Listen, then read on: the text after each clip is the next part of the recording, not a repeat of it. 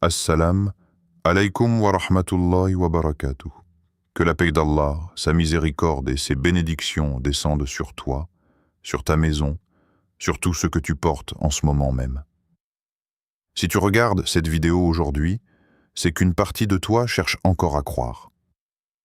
Et cette partie-là mérite toute ton attention. Avant d'aller plus loin, je veux te demander quelque chose. Et ce n'est pas une demande ordinaire. Si ce que tu vas entendre dans les prochaines minutes touche quelque chose en toi, si une seule phrase te fait dire « c'est exactement ce que je vis », alors prends 30 secondes pour écrire en commentaire ce mot « je suis prête », juste ça. Parce que ce commentaire ne sera pas seulement vu par moi, il sera vu par quelqu'un d'autre qui en aura besoin autant que toi. Partage aussi cette vidéo à une âme qui attend une lumière. Et si tu n'as pas encore liké, fais-le maintenant. C'est ta façon de dire à Allah. Je veux que ce rappel touche d'autres cœurs. À la toute fin de cette vidéo, je te ferai une invocation, une doua, que tu pourras répéter avec moi. Garde-la précieusement. Elle a été pensée pour toi. Maintenant, installe-toi. Prends une grande inspiration. Ce que tu es sur le point d'entendre pourrait bien changer quelque chose dans ta façon de voir ta vie. Il y a une fatigue que peu de gens savent nommer. Ce n'est pas la fatigue du corps, même si elle est là aussi. Ce n'est pas celle qui disparaît après une bonne nuit de sommeil. C'est une fatigue plus profonde qui s'est installée silencieusement au fil des semaines et des mois jusqu'à ce que tu te réveilles un matin en te demandant « Mais qu'est-ce qui m'arrive vraiment ?» Tu te lèves. Tu fais les choses qu'on attend de toi. Tu souris aux gens qui te demandent comment tu vas. Et tu réponds « ça va, alhamdulillah ». Parce que c'est la vérité, d'une certaine façon.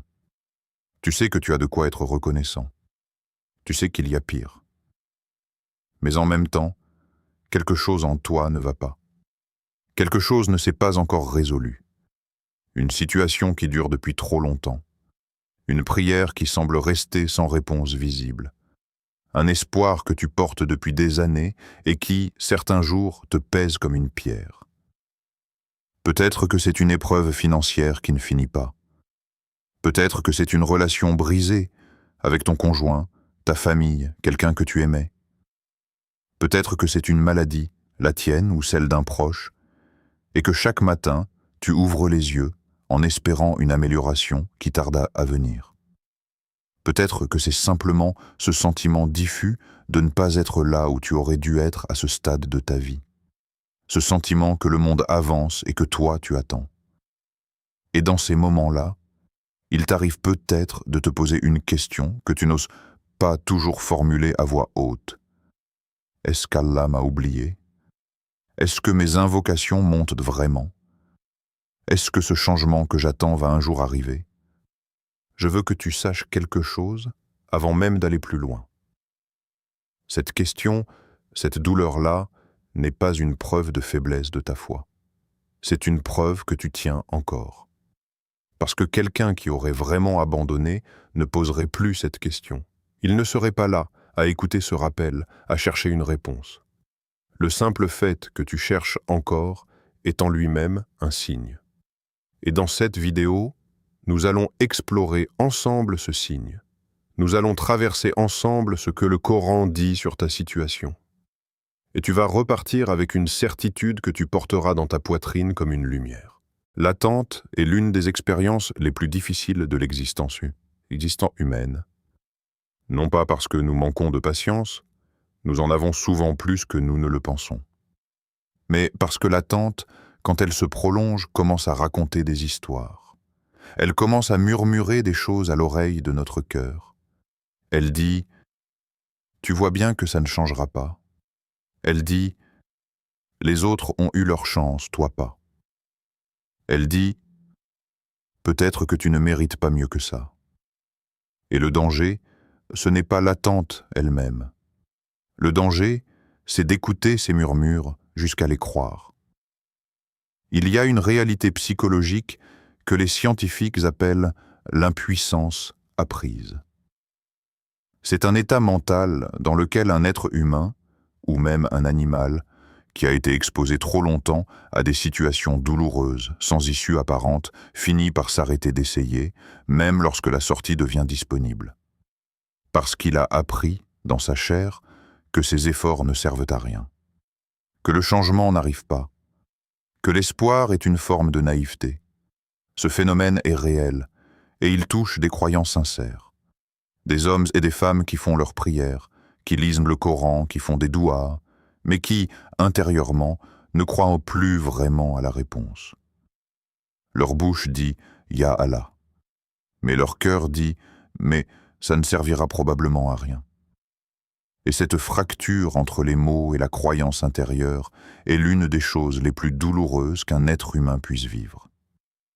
Il y a aussi une autre dimension de cette attente que peu de gens nomment, la honte. La honte de ne pas encore être sorti de sa situation. La honte de devoir raconter, encore une fois, que ça ne s'est pas arrangé. La honte de voir autour de soi des gens dont les vies semblent avancer, fleurir, se déployer, pendant que la tienne semble immobile. Et cette honte se transforme parfois en isolement. On parle moins. On partage moins. On prie encore, mais seul dans son coin, avec une sorte de honte secrète face à Allah aussi, comme si on n'avait pas le droit d'aller vers lui dans cet état de doute. Mais écoute ce que je vais te dire maintenant, et prends le temps de le laisser pénétrer. Le temps que tu trouves long n'est pas le temps d'Allah. Et l'attente que tu trouves vide n'est pas vide pour lui. Chaque seconde que tu passes à la tenir, à ne pas lâcher, à continuer de faire tes prières même quand tu ne les sens plus, à continuer de dire « Alhamdulillah » même quand les larmes sont là, chaque seconde de ça est en train d'être comptée, pesée, honorée. Tu es dans un processus que tu ne vois pas encore de l'extérieur. Mais il est en cours. Et nous allons voir pourquoi. Il y a une conception du changement que notre époque nous a inculquée et qui nous fait énormément de mal.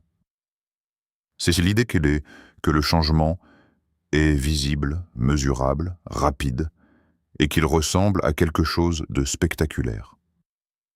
On a grandi avec des histoires de success stories, où en quelques mois, parfois quelques semaines, quelqu'un a tout changé. On voit sur les réseaux sociaux des avant/après qui donnent l'impression que la transformation est une ligne droite entre deux points. Et quand notre propre vie ne ressemble pas à ça, on conclut que nous n'avançons pas. Mais cette conception est fausse, profondément fausse, et la création elle-même nous le démontre. Pense à un arbre, un chêne par exemple. Il peut vivre des centaines d'années, mais avant de devenir cet arbre majestueux dont l'ombre protège des générations, il a été, pendant des années, une graine sous la terre que personne ne voyait. Un germe minuscule qui travaillait dans le noir, sans applaudissements, sans témoins, sans qu'aucune caméra ne soit là pour filmer sa transformation. Et pourtant, pendant tout ce temps, il n'était pas immobile. Il était en train de devenir. C'est exactement ce qui se passe dans ta vie en ce moment. Le changement que tu attends ne ressemble peut-être pas à ce que tu imagines. Il n'est peut-être pas une grande annonce, une rupture spectaculaire, un matin où tu te réveilles et où tout est différent. Il est peut-être en train de se faire dans les racines, dans ta façon de prier, dans ta façon de réagir aux épreuves, dans les décisions silencieuses que tu prends chaque jour de ne pas abandonner. Ce sont ces racines-là qui portent la cime. Il y a une autre vérité que personne ne dit. Parfois, ce qui ressemble à un retard est en réalité une protection. Nous le savons par la tradition du prophète, que la paix et le salut d'Allah soient sur lui et par les récits du Coran. Combien de fois une porte s'est-elle fermée devant un croyant pour qu'une autre, plus belle, s'ouvre là où il ne regardait pas? Combien de fois ce que nous appelons une épreuve qui dure était en réalité Allah qui nous préparait pour quelque chose que nous n'aurions pas pu porter si nous l'avions reçu trop tôt? Il y a une phrase du prophète que la paix et les bénédictions d'Allah soient sur lui qui devrait changer notre rapport à l'attente pour toujours. Il a dit, paix et bénédiction sur lui, que parmi les choses les plus étonnantes du croyant, c'est que toute sa situation est source de bien pour lui. S'il est frappé par une bonne chose, il remercie Allah, et c'est un bien pour lui. S'il est frappé par une épreuve, il fait preuve de patience, et c'est encore un bien pour lui.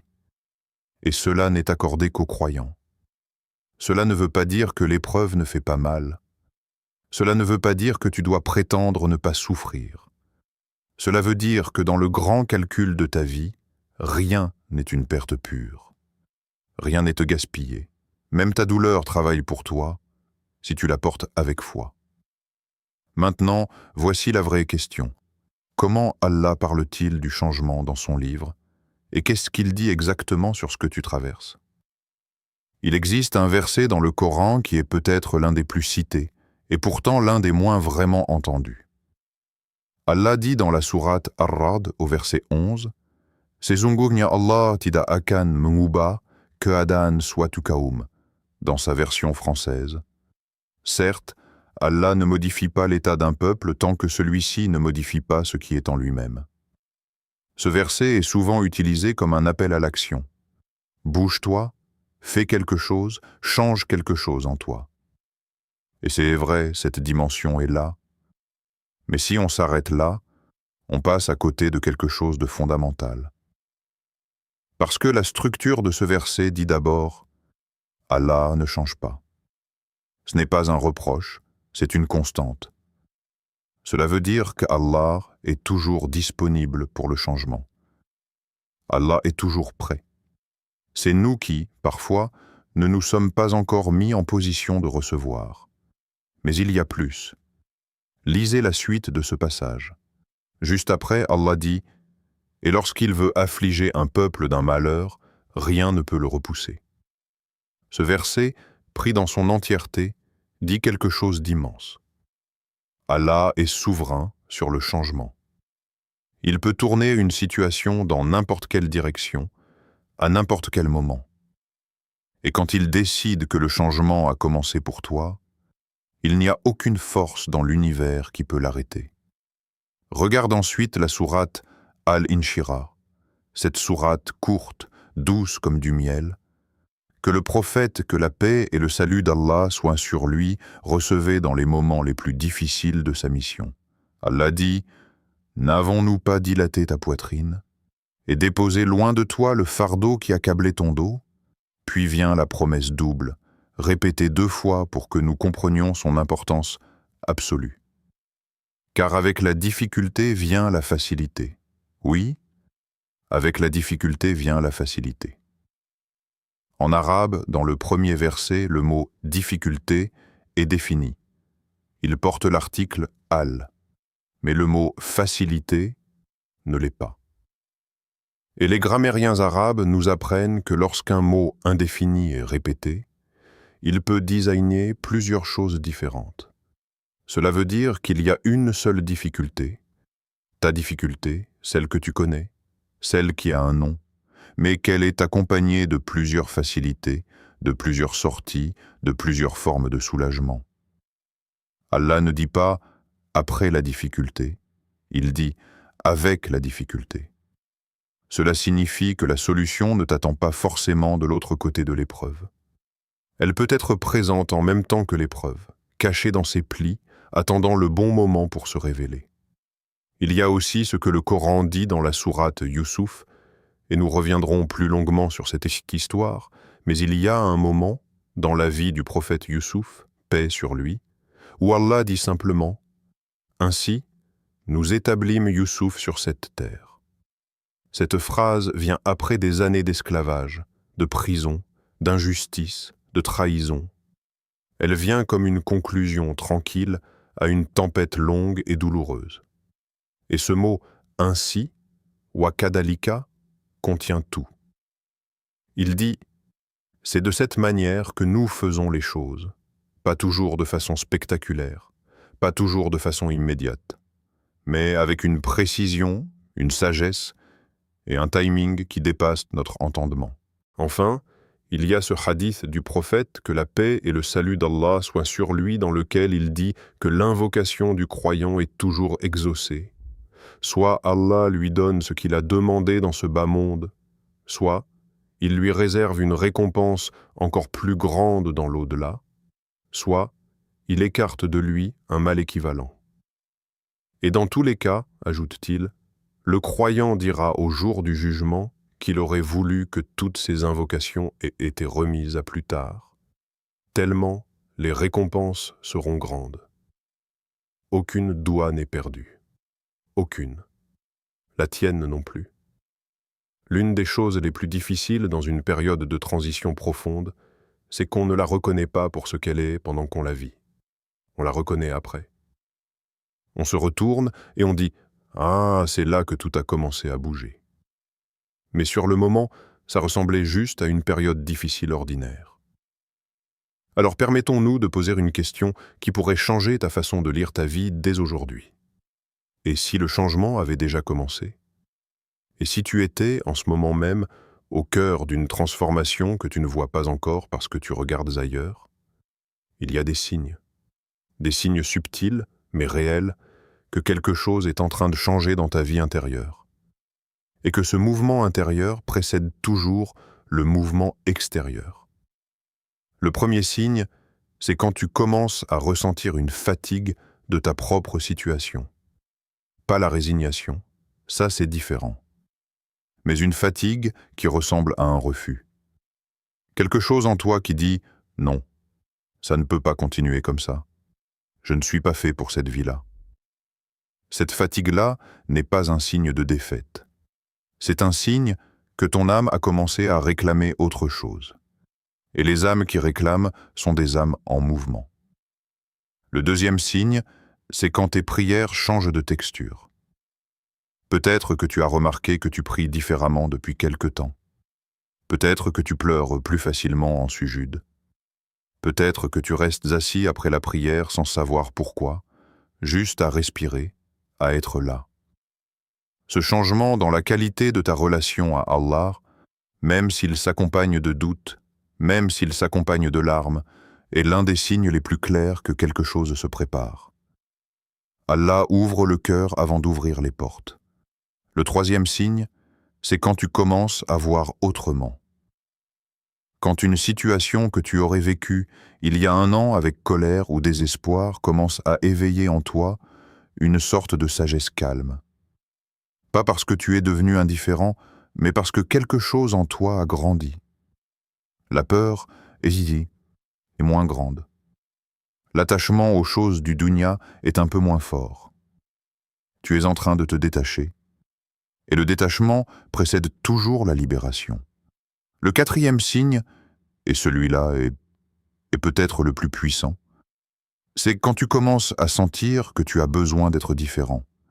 Pas juste que ta situation soit différente. Quand tu passes de « Ya Allah, change ma situation » à « Ya Allah, change-moi ». Cette mutation dans la nature même de ton invocation est l'une des transformations les plus profondes qu'un être humain puisse vivre. Parce qu'elle dit que tu as compris quelque chose, que le vrai changement part de l'intérieur, qu'une situation peut changer, mais si toi tu restes le même, tu recréeras les mêmes conditions. Mais si toi tu changes, même si rien d'extérieur ne bouge encore, ta façon de vivre dans la même situation aura déjà changé. Et de là, tout peut partir. Si tu reconnais un seul de ces signes dans ta vie, un seul, alors écoute bien ce que je te dis. Le changement a déjà commencé. Tu es dans la phase souterraine, la phase des racines. Et bientôt, très bientôt, la cime va apparaître. Il n'est pas de meilleure façon de comprendre ce que nous traversons qu'en regardant ceux qui sont passés par là avant nous. Non pas pour comparer les douleurs, chaque épreuve est unique, et aucune souffrance n'est plus ou moins valide qu'une autre, mais pour voir que le schéma est réel. L'obscurité qui précède la lumière n'est pas un accident. C'est une constante. Commençons par Yusuf ibn Yaqub, le prophète Yusuf, paix sur lui. Sa vie est racontée dans le Coran dans une sourate entière. Et la première chose qu'Allah lui envoie, après un rêve extraordinaire, promettant grandeur et élévation, ce n'est pas la grandeur, c'est la trahison de ses propres frères. C'est le puits, c'est l'esclavage en pays étrangers, c'est la calomnie d'une femme, c'est la prison pendant des années. Toutes ces épreuves viennent après la promesse divine. Non pas malgré elle, mais dans le cadre de son accomplissement. La prison de Youssouf n'était pas un contretemps dans son histoire. Elle était le chemin obligé, parce que c'est en prison qu'il a rencontré les gens qui allaient le mener au roi. C'est à travers la calomnie que Allah a établi sa pureté aux yeux de tous. Chaque étape douloureuse était une porte déguisée. Et ce qui nous frappe, dans le récit de Youssouf, c'est son état intérieur. À aucun moment dans le Coran, Youssouf ne se plaint. Il ne demande pas « pourquoi moi ?» Il ne dit pas « ma vie est gâchée ». Même au fond du puits, même dans la prison, quelque chose en lui restait debout. Une certitude. Une relation avec Allah qui ne dépendait pas de ce qu'il voyait autour de lui. Passons maintenant à Ayoub. Paix sur lui. Le prophète Job. Sa mention dans le Coran est brève mais dévastatrice dans sa beauté. Allah dit de lui qu'il a été frappé d'une épreuve sévère. Son corps, ses biens, ses proches, et pendant des années, il a souffert. Mais ce qui est extraordinaire, c'est la formulation de son invocation au moment où il décide d'appeler Allah. Il ne dit pas « Ya Allah, guéris-moi ». Il dit simplement « Inni masaniya dadduru wa anta arhamur rahimin ». La souffrance m'a touché, et toi, tu es le plus miséricordieux des miséricordieux. Il énonce la réalité. Il reconnaît la toute-puissance d'Allah. Et il laisse Allah décider. Cette invocation est souvent citée par les savants comme l'une des plus parfaites dans sa forme, parce qu'elle exprime la foi absolue, sans rien exiger, sans rien dicter à Allah. Et la réponse d'Allah? Elle est immédiate dans le Coran. Nous l'exaucâmes, nous écartâmes de lui le mal dont il souffrait, et nous lui rendîmes sa famille, ajoutant autant à titre de grâce de notre part. Mais venons à une histoire plus proche de nous. Pas une histoire de prophète, une histoire humaine, ordinaire, de quelqu'un qui aurait pu être n'importe lequel d'entre nous. Il y avait un homme, appelons-le Ibrahim, un homme de 40 ans, marié, 2 enfants, qui avait travaillé pendant 15 ans dans une entreprise. Il était pieux, discret, honnête dans ses affaires. Et un jour, il a perdu son emploi. Pas à cause d'une faute, à cause d'une restructuration. D'un coup, son identité, son rôle, sa façon de subvenir aux besoins de sa famille, tout s'est effondré. Il a cherché du travail pendant 2 ans. Il se réveillait le matin et faisait ses prières, les larmes dans les yeux, sans savoir comment nourrir sa famille à la fin du mois. Il y avait des nuits où il ne dormait pas, assis dans le noir, à parler à Allah à voix basse. Et puis un jour, parce qu'il y a toujours un jour, un ancien collègue l'a appelé. Pas pour lui offrir un travail dans la même branche, pour lui proposer de rejoindre une petite structure qu'il était en train de monter.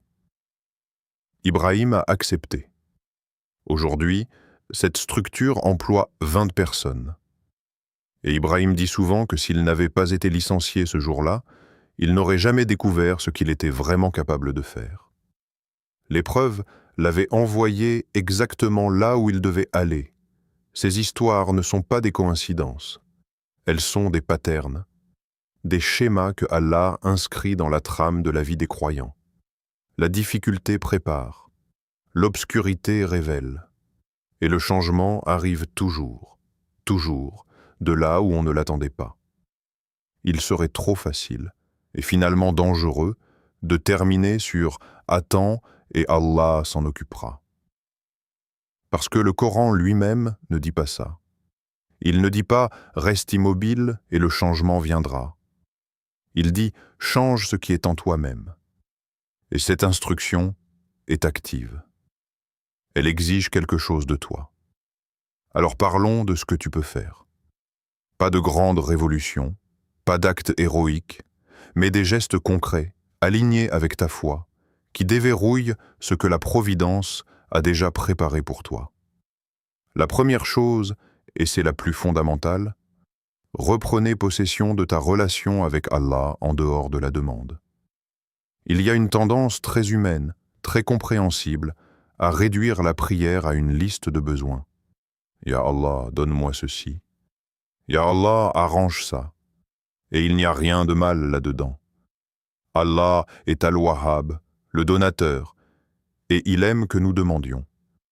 Mais si ta seule relation avec Allah est une relation de demande, alors elle est fragile. Elle dépend de la réponse. Elle vacille quand la réponse tarde. Ce que je t'invite à faire, c'est de commencer à prier aussi en dehors de la demande. Prie pour le remercier, prie pour le contempler, prie pour le connaître. Lis le Coran, non pas pour trouver des promesses rassurantes, même si elles y sont, mais pour entendre sa parole comme une conversation, comme une relation vivante. Quand ta relation avec Allah devient plus profonde que tes demandes, alors quelque chose de fondamental change en toi. Tu ne priais plus par peur ou par intérêt. Tu pries par amour. Et cette qualité de prière transforme tout. La deuxième chose, c'est de prendre les asbab, les causes, les moyens. L'islam est une religion de tawakkul, de confiance absolue en Allah, mais le tawakkul ne signifie pas l'inaction. Il y a ce hadith magnifique où quelqu'un demande au prophète « Dois-je attacher ma chamelle ou faire confiance à Allah ?» Et le prophète répond « Attache-la, puis fais confiance à Allah. » Le tawakkul vient après l'effort, pas à la place. Alors, si tu attends un emploi, envoie des candidatures. Si tu attends une guérison, consulte des médecins. Si tu attends une réconciliation, tends la main en premier. Fais ta part, avec sincérité, et laisse le reste à Allah. La troisième chose, c'est de nettoyer les espaces qui bloquent la baraka.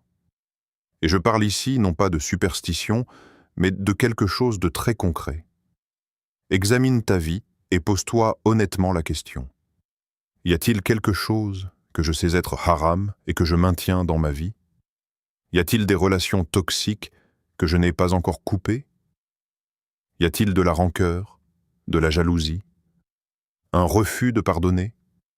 Des choses que je porte dans mon cœur comme des pierres? Ces choses ne bloquent pas la magie divine comme si Dieu était une fontaine à pièces. Mais elles bloquent quelque chose en toi. Elles empêchent ta propre transformation. Le prophète, que la paix et le salut d'Allah soient sur lui, a dit que la sadaqa, la charité, éteint le péché comme l'eau éteint le feu. Il a dit que couper les liens familiaux est l'une des choses qui ferment les portes. Il a dit que l'injustice, même envers soi-même, alourdit le cœur. Alors regarde ce que tu portes et commence à le déposer. La quatrième chose, peut-être la plus concrète de toutes, c'est de redéfinir ta définition du succès et du changement. Pas parce que tu dois baisser les bras, mais parce que parfois, ce que nous appelons le changement est en réalité une vision très étroite de la façon dont Allah pourrait agir. Tu veux que ton mariage soit sauvé, mais peut-être qu'Allah veut d'abord que tu changes ce que tu es dans ce mariage. Tu veux que ta santé s'améliore, mais peut-être qu'Allah veut d'abord que tu trouves la paix dans ta relation à ton corps. Élargis ta vision. Ouvre-toi à la possibilité que le changement que tu reçois soit plus grand, plus profond et plus durable que celui que tu avais imaginé.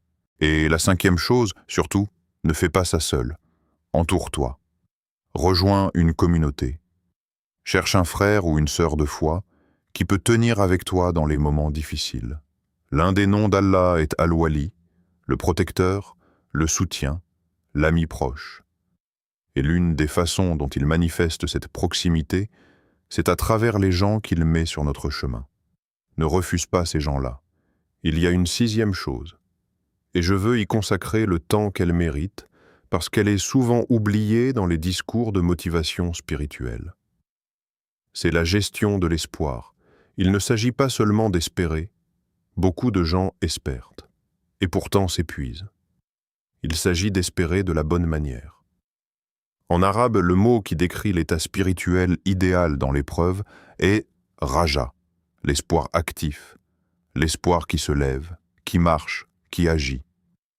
Il est différent du tamani, le simple souhait passif, celui qui attend sans bouger. Le raja est une force. Il est orienté vers Allah et il se manifeste dans les actes quotidiens. Concrètement, cela ressemble à ceci. Tu continues de planifier. Tu continues de prendre des rendez-vous, d'envoyer des candidatures, de préparer ta maison pour l'avenir que tu imagines, de faire des projets. Non pas dans le déni de ta situation actuelle, mais dans la conviction que ta situation actuelle n'est pas permanente. C'est une position de foi profonde. Parce que la foi n'est pas passive. Elle regarde les nuages noirs et dit « La pluie va tomber, mais le soleil reviendra ». Elle regarde la porte fermée et commence à chercher la clé, non pas parce qu'elle est naïve, mais parce qu'elle sait qui tient toutes les clés. Il y a aussi quelque chose d'important sur la façon dont nous parlons de notre situation, à nous-mêmes et aux autres. Le langage que nous utilisons façonne notre réalité intérieure d'une manière que nous sous-estimons souvent. Quand tu te lèves le matin et que ta première pensée est « encore cette journée difficile », tu conditionnes ton cœur et ton esprit à filtrer la journée à travers ce prisme. Mais si tu commences ta journée avec « Bismillah, qu'Allah me montre aujourd'hui ce qu'il prépare pour moi », quelque chose change subtilement dans la manière dont tu perçois les événements. Ce n'est pas de la pensée positive au sens naïf du terme. C'est une discipline spirituelle. C'est choisir délibérément le cadre à travers lequel tu regardes ta vie. Le prophète, que la paix et le salut d'Allah soient sur lui, était l'homme le plus optimiste de sa communauté. Dans les moments les plus sombres, lors de la bataille du Fossé, quand les alliés ennemis encerclaient Médine et que les croyants étaient littéralement entre deux feux, c'est lui qui frappait une roche qui résistait et qui annonçait à ses compagnons les futures conquêtes de la Perse, de Byzance, du Yémen.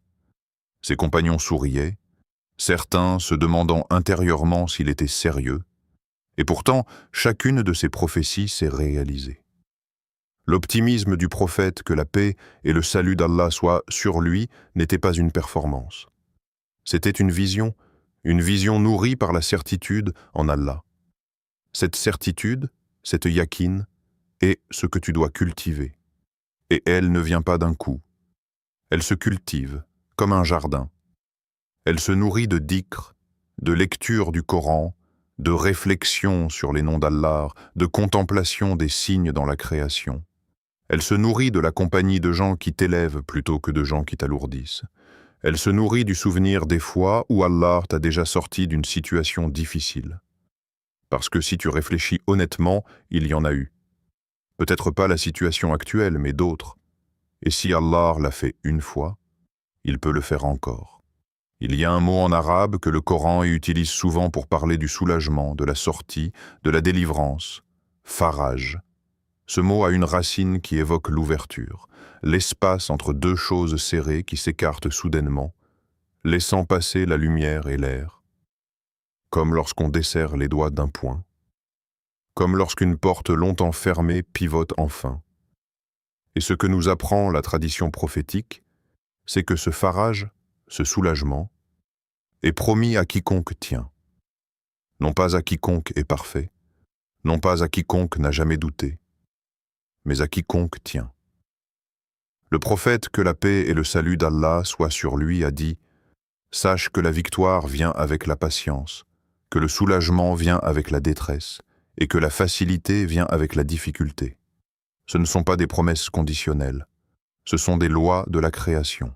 Mais il y a quelque chose que je veux que tu comprennes sur ce mot « maintenant » dans le titre de cette vidéo.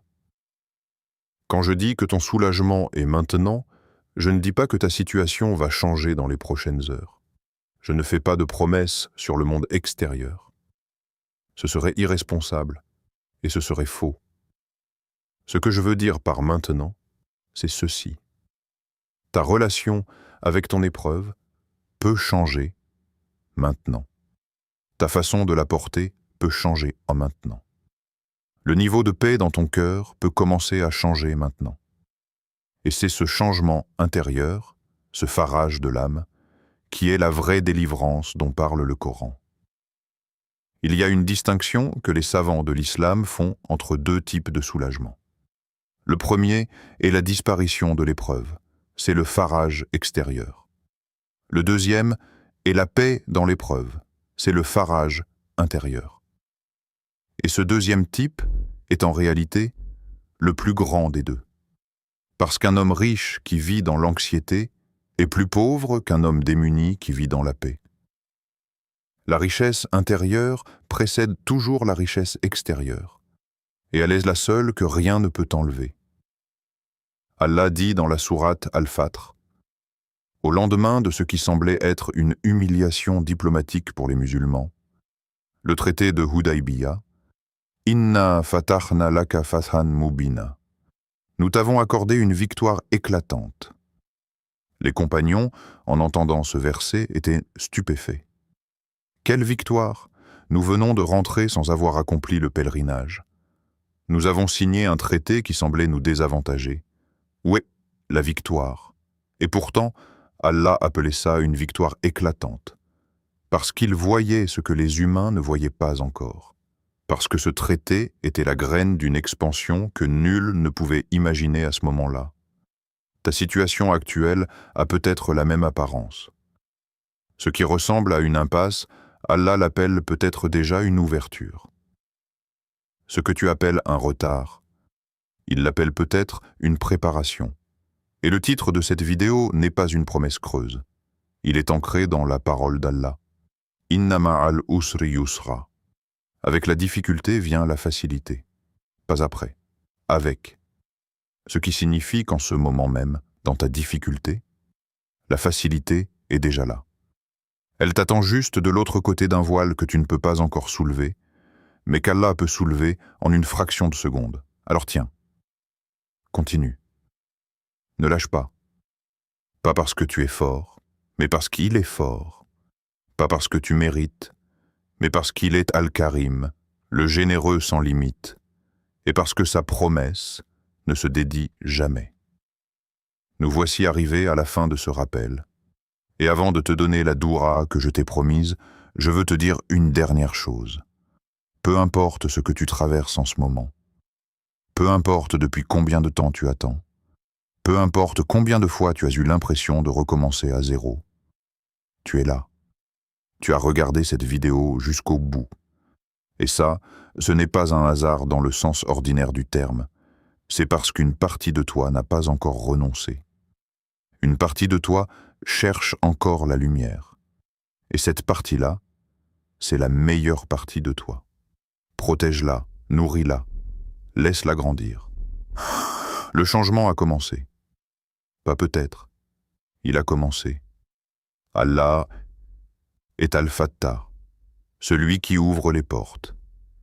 Et si une porte semble fermée devant toi aujourd'hui, c'est peut-être parce qu'il est en train de t'en ouvrir une autre que tu n'as pas encore vue. Maintenant, voici la doura que je t'ai promis. Lise-la avec moi.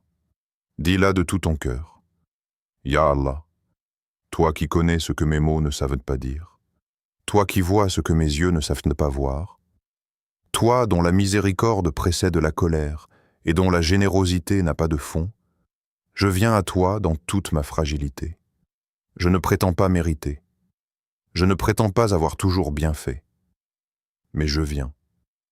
Et c'est la chose la plus courageuse que je sache faire. Ya Allah, fais de cette période difficile une graine de quelque chose que je ne sais pas encore imaginer. Dilate ma poitrine là où elle est serrée. Allège mon dos là où il est lourd. Mets de la lumière dans les recoins sombres de mon cœur. Et donne-moi la certitude, pas seulement dans ma bouche, mais dans ma chair, que tu n'abandonnes jamais ceux qui reviennent vers toi.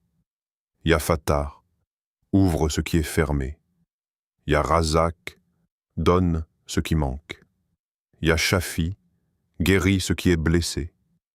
Ya Latif, sois doux avec moi là où je suis abîmé. Et réunis-nous, ceux qui ont regardé ce rappel, ceux qui l'ont partagé, ceux qui ont prié avec nous, réunis-nous sous ta miséricorde, dans ce bas monde et dans l'autre, près de ceux que tu aimes et qui t'ont aimé. Amin, Amin. Ya Rabbal Alamin, Barakallahu fikum, que Allah mette la baraka dans vos vies, dans vos maisons, dans vos cœurs.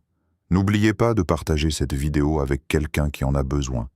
Votre partage est une sadaka. Et laissez un commentaire en bas. Dites-moi ce qui vous a le plus touché aujourd'hui. À bientôt, Inch'Allah.